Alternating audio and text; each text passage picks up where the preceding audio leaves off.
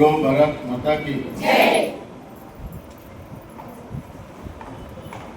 राज्य महिला मोर्चा अध्यक्षराದಂಥ ಶ್ರೀಮತಿ ಮಂಜುಳಾ ಅವರು, ಜಿಲ್ಲಾ ಅಧ್ಯಕ್ಷರಾದಂಥ ಶ್ರೀಮತಿ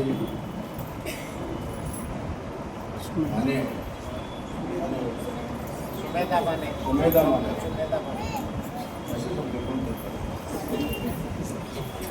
ಡಾಕ್ಟರ್ ವಿಜಯಲಕ್ಷ್ಮಿ ಅವರೇ, ಶ್ರೀಮತಿ ಭಾಗೀರಥಿ ಪಾಟೀಲ್ ಅವರೇ, ಸುಜಾತ ಸಿಂಧೆ ಅವರೇ, ಶ್ರೀಮತಿ ಲಕ್ಷ್ಮೀ ಬಾಗೇವಾಡಿ ಅವರೇ, ಆಮೇಲೆ ಇವರೆಲ್ಲ ಆದಮೇಲೆ ನಮ್ಮ ರಾಜ್ಯದ ವಿರೋಧ ಪಕ್ಷದ ನಾಯಕರಾದ ಕಾಸರಗೋಡು ಜಿಲ್ಲಾಧ್ಯಕ್ಷ ಆದ್ಮೇಲೆ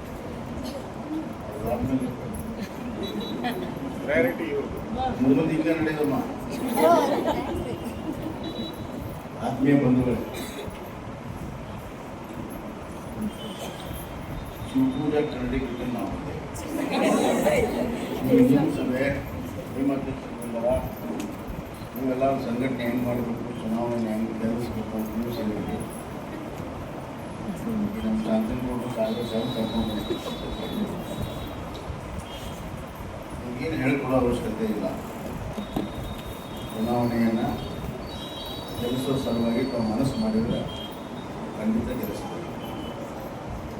ನಿಮ್ಮ ಮುಖಬೆಲೆ, ನಮ್ಮ ತಾಯಂದಿರ ಮುಖಬೆಲೆ ನಮ್ಮೆಲ್ಲ ನಾಯಕರಿಗಿಂತ ಹೆಚ್ಚಿನ ಮುಖಬೆಲೆ ಅಂತಂದ್ರೆ ಫೇಸ್ ವ್ಯಾಲ್ಯೂ. ನೀವು ಹೋಗಿ ಮಾತನಾಡಿದ್ರೆ ಜನ ನಂಬ್ತಾರೆ, ವಿಶ್ವಾಸದಂತೆ ಇದೆ. ನಾವು ಮಾತಾಡಿದ್ರೆ ಕೆಲವರು 50% ನಂಬ್ತಾರೆ, ಕೆಲವರು 100% ನಂಬೋದು ನೀವು ಹೋಗಿ ಮಾತಾಡಿದ್ರೆ. ಅದಕ್ಕೆ ನಮ್ದು ಇಷ್ಟೇ ಒಂದು ಕಲಕಳೆಗಳಂತೆ ಅತಿ ಹೆಚ್ಚು ಮನೆಗೆ ಹೋಗಿ ದಿವಸಕ್ಕೆ 8ರಿಂದ 10 ತಾಸು, ಇನ್ನೊಂದು 3-4 ದಿವಸ ನೀವು ಎಷ್ಟು ಮನೆಗೆ ಭೇಟಿ ಕೊಡ್ತೀರೋ ಅಷ್ಟು ಕೊಟ್ಟು ನಮ್ಮ. ಅದಕ್ಕೆ ಈ ಚುನಾವಣೆಯನ್ನು ಗೆಲ್ಲಿಸುವಂಥ ಶಕ್ತಿ ನಿಮಗಿದೆ. ಯಾರಾದರೂ ಚುನಾವಣೆಯಲ್ಲಿ ಪರಿವರ್ತನೆ ಮಾಡುವಂಥ ಶಕ್ತಿ ಇದ್ದರೆ ಅದು ತಾಯಂದರಿಗಿದೆ. ದಯವಿಟ್ಟು ಅದನ್ನು ಮಾಡಬೇಕೆಂದು ಕಳಕಳಿಯಿಲ್ಲ. ಕಾಂಗ್ರೆಸ್ನವರು ಈಗ ಗಂಡಸೂರ ಮೇಲೆ ಅವರು ನಂಬಿಕೆ ಇಲ್ಲ. ಅದಕ್ಕೆ CM ಅವ್ರು ಹೇಳ್ತಾರೆ, ನಾವು ಗೃಹಲಕ್ಷ್ಮಿ ಕೊಟ್ಟಿದ್ದೇವೆ, ಅವರೇ ಗೆಲ್ಲಿಸ್ತಾರೆ, ಗೃಹಲಕ್ಷ್ಮಿ ಕೊಟ್ಟಿದ್ದೇವೆ, ಅವರೇ ಗೆಲ್ಲಿಸ್ತಾರೆ. ನಾನು ಸಿದ್ದರಾಮಯ್ಯ ಕೇಳ್ತೀನಿ, ಗೃಹಲಕ್ಷ್ಮಿ ಮನೆಗೆ ಒಬ್ಬರು ಕೊಟ್ಟಿರಿ. ನಮ್ಮ ಭಾರತ ದೇಶದಾಗ ಹಂಗಿಲ್ಲ ವ್ಯವಸ್ಥೆ.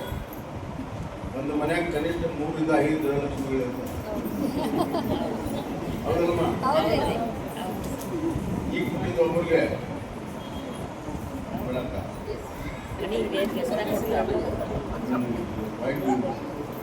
ಈಗ ಕೊಟ್ಟಿದ್ದು ಒಬ್ಬರಿಗೆ ಇನ್ನು 3-4 ಮಂದಿ ಅವ್ರು ಏನು ಮಾಡ್ಬೇಕು? ಹೊಡಂಗಿದ್ರೆ ಎಲ್ಲರೂ ಕೊಡೋ ಜಗಳ ಹಚ್ಚಿದ್ದಾರೆ ಮನೆಯಲ್ಲಿ. ಎಷ್ಟೋ ಹೊಸದ್ರು ಯಾರೇ ಮನೆ ಮಾಡ್ಯಾರ, ಯಾಕಂದ್ರೆ ಅವ್ರ ಮನೆ ಇದು ಮಾಡಿ ಮನೆ ಹೊಡೆದಾರ, ಮನೆಯೊಳಗೆ ಜಗಳ ಹಚ್ಚಾರ, ಮನೆ ಹೊಡೆದಾರ. ಗೃಹಲಕ್ಷ್ಮಿ ಇನ್ನು ಬಸ್ನಾಗಂತೂ ಜಡಿ ಹಿಡಿದು ಹೊಡೆದಾರ. ಸಿದ್ದರಾಮಯ್ಯವರೇ ನೇರ ಕಾರಣ. ಸಿದ್ದರಾಮಯ್ಯವರೇ ನೇರ ಕಾರಣ. ಹೋಗಕ್ಕಾಗ್ತಾ ಇಲ್ಲ. ಪಾಪ ವಯಸ್ಸಾದಂಥ ತಂದೆ ತಾಯಿಗಳು ಹತ್ತಿ ಓಡಾಡಕ್ಕಾಗ್ತಾ ಇಲ್ಲ. ಯಾರಾದರೂ ಪೇಷಂಟ್ ಇದ್ರೆ ಅವ್ರನ್ನ ಒಳಗಡೆ ಬರೋದಿಲ್ಲ. ಕಂಡಕ್ಟರ್ನ ಒಳಗಡೆ ಬಿಟ್ಟಿಲ್ಲ. ಎಲ್ಲೋ ಕಡೆ ಹೆಂಗಿದ್ರು ಟಿಕೆಟ್ ಯಾಕೆ ಬರ್ತೀನಿ ಅಂದ್ರು. ಹೆಚ್ಚು ಕಮ್ಮಿ ಆದ್ರೆ ಕಂಡಕ್ಟರ್ ನೌಕರಿ ತೆಗೆದಿಲ್ಲ.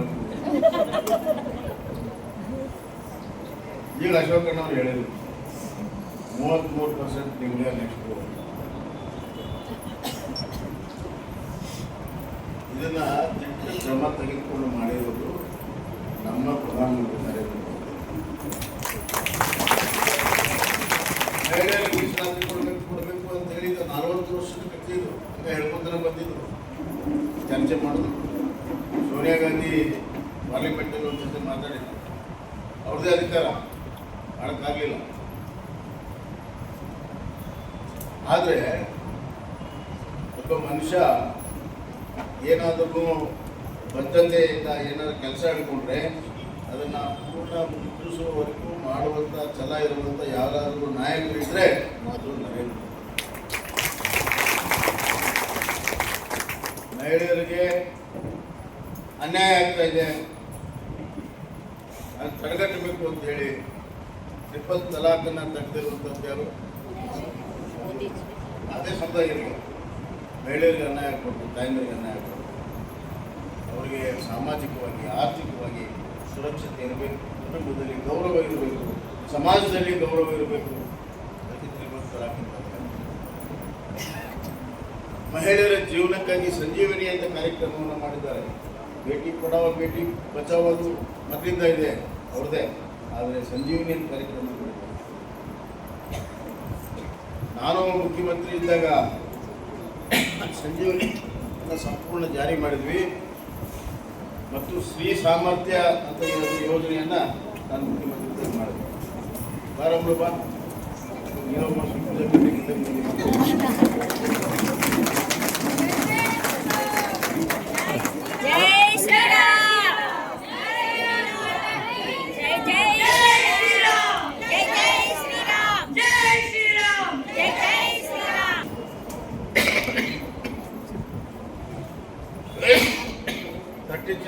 ರಿಸರ್ವೇಷನ್ ಬದ್ಧತೆಯಿಂದ ಮಾಡಿರುವಂಥದ್ದು ಬಿಜೆಪಿ ಸರ್ಕಾರ, ನರೇಂದ್ರ ಮೋದಿ ಸರ್ಕಾರ. ಇದನ್ನು ನಾವು ಎಲ್ಲ ಪ್ರತಿಯೊಬ್ಬರು ಹೇಳಬೇಕು. ನಮಗೆ ಗೌರವ ಕೊಡ್ತಾರೆ, ನಮಗೆ ಅಧಿಕಾರ ಕೊಟ್ಟಿದ್ದಾರೆ, ನಮಗೆ ನಮ್ಮನ್ನು ಆಳುವಂಥ ಶಕ್ತಿಯನ್ನು ಅವ್ರು ಕೊಡ್ತಾ ಇದ್ದಾರೆ. ನಮ್ಮ ಬಗ್ಗೆ ಕಳಕಳಿ ಮಾಡಿರುವಂಥ ಯಾವುದಾದ್ರೂ ಪಕ್ಷ ಬಿಜೆಪಿ ನಾಯಕ ನರೇಂದ್ರ ಮೋದಿಯವರು ಮಹಿಳೆಯರು 2,000 ರೂಪಾಯಿ ಆಸೆಗೆ ಮನೆ ಒಡೆಯುವಂಥ ಕೆಲಸವನ್ನು ಮಾಡಿರುವಂಥ ಸಿದ್ದರಾಮಯ್ಯಗೆ ಹಾಕಬಾರ್ದು ಅಂತೇಳಿ ಭಾಳ ಸ್ಪಷ್ಟವಾಗಿ ನಾವು ಹೇಳ್ಬೋದು. ಹೇಳ್ತೀರಾ? ಈಗ ಅಶೋಕ್ ಕಡೆ ಚಪ್ಪಲಿ ಇಟ್ಕೊಂಡಲ್ಲ, ಅಲ್ಲಿ ನಾಳೆ 16, 17, 18ಕ್ಕೆ ಪಾರ್ಲಿಮೆಂಟ್ನಲ್ಲಿ 33% ಆಗಿಬಿಡುತ್ತೆ. ಚಪ್ಪಲಿ ಹೊಡೆದಿದೆ ಹೌದು. ಆದರೆ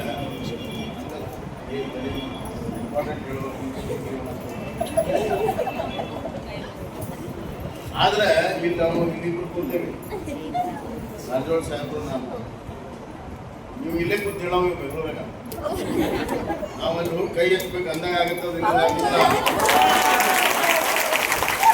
ರಾಜೋಳ ಸಾಹೇಬ್ರು ನಾನು, ನೀವು ಇಲ್ಲೇ ಕೂತ್ ಹೇಳೋಂಗ ಬೆಂಗಳೂರಾಗ ನಾವಲ್ಲಿ ಹೋಗಿ ಕೈ ಎತ್ತಬೇಕು ಅಂದಾಗ ಆಗುತ್ತದೆ.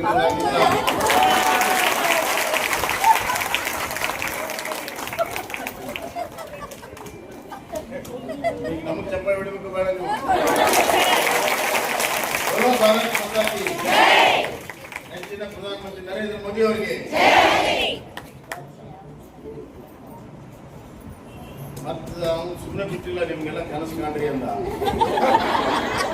ಆಗಲೇ MLA ಆಗಿಬಿಟ್ಟಿನಿ ನೋಡೋದು. ಎಲ್ಲ ಸುಮಾರು 80 ಜನ ಬೆಂಗಳೂರಿನ ವಿಧಾನಸಭೆಗೆ 9 ಜನ ಸ್ವಾಗತ ಮಾಡಕ್ಕೆ ಅವ್ರು ಬರಲ್ಲ, ನಾನೇ ಬರೋದು. ಅದನ್ನ ಹೇಳಿಲ್ಲ ನೋಡಿ. ನೀವು ಎದ್ದ ಮೇಲೆ ಸ್ವಾಗತ ಮಾಡೋದು ಭಾಳ ಸ್ವಲ್ಪ ಕೆಲಸವ್ರು ನಾವು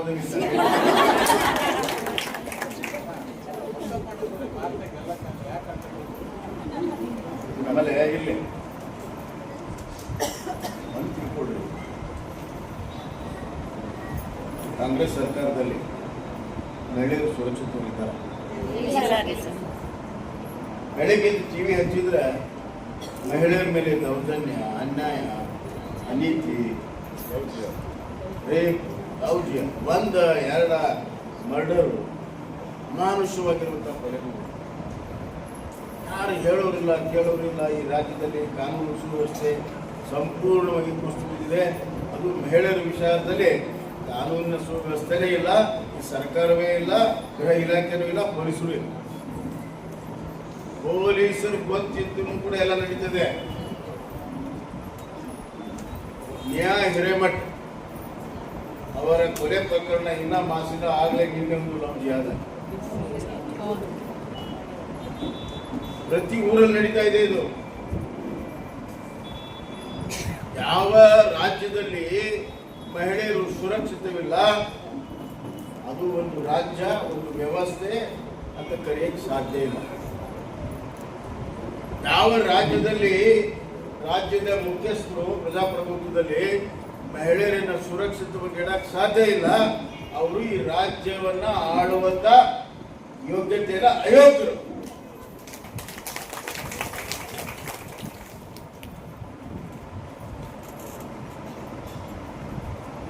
ಇಂಥ ಒಂದು ಸರ್ಕಾರ ಇವತ್ತು ಯಾವ್ದಾದ್ರು ತಾಯಿ ಕೆಲಸ ಮಾಡಕ್ಕೆ ಹೋಗ್ಬೇಕಂತಂದ್ರೆ 5 ಗಂಟೆ 6 ಗಂಟೆ ಒಳಗೆ ಬರ್ಬೇಕು.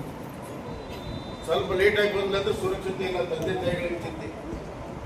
ಯಾವ್ದಾದ್ರು ಮಗು ಸ್ಕೂಲ್ಗೆ ಹೋದ್ರೆ 1 ತಾಸು ಲೇಟಾಗಿ ಬಂದ್ರೆ ಏನು ಅನ್ನುವಂಥ ಭಯ ಕಾಡ್ತಾ ಇದೆ.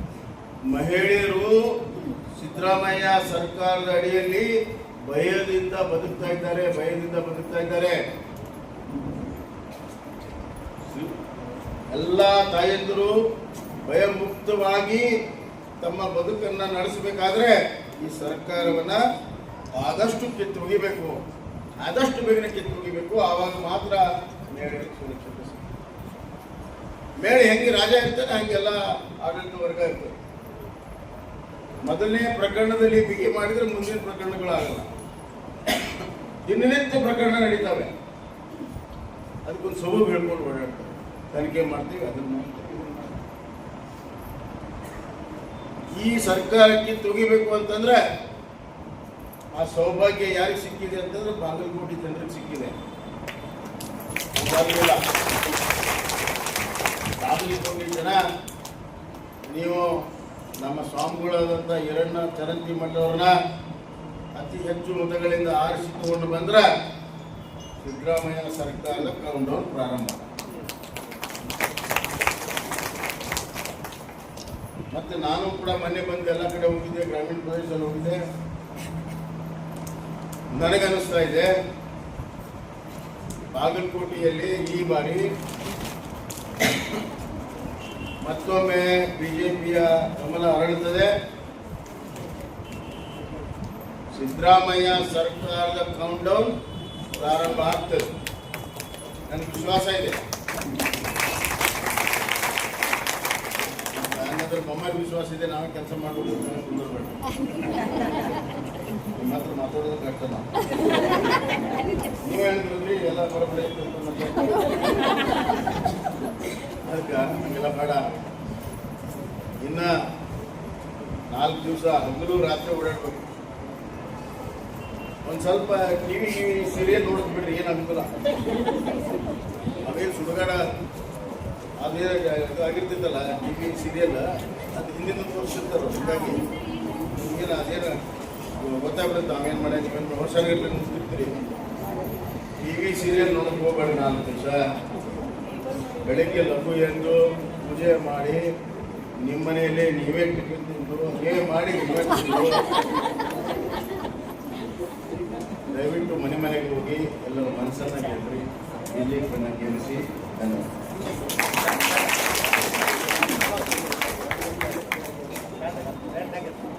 ಹೆಚ್ಚಿನ ವಿಡಿಯೋಗಳಿಗೆ ಪ್ರತಿಧ್ವನಿ ಯೂಟ್ಯೂಬ್ ಚಾನೆಲ್ ಸಬ್ಸ್ಕ್ರೈಬ್ ಮಾಡಿ, ಬೆಲ್ ಐಕಾನ್ ಕ್ಲಿಕ್ ಮಾಡಿ.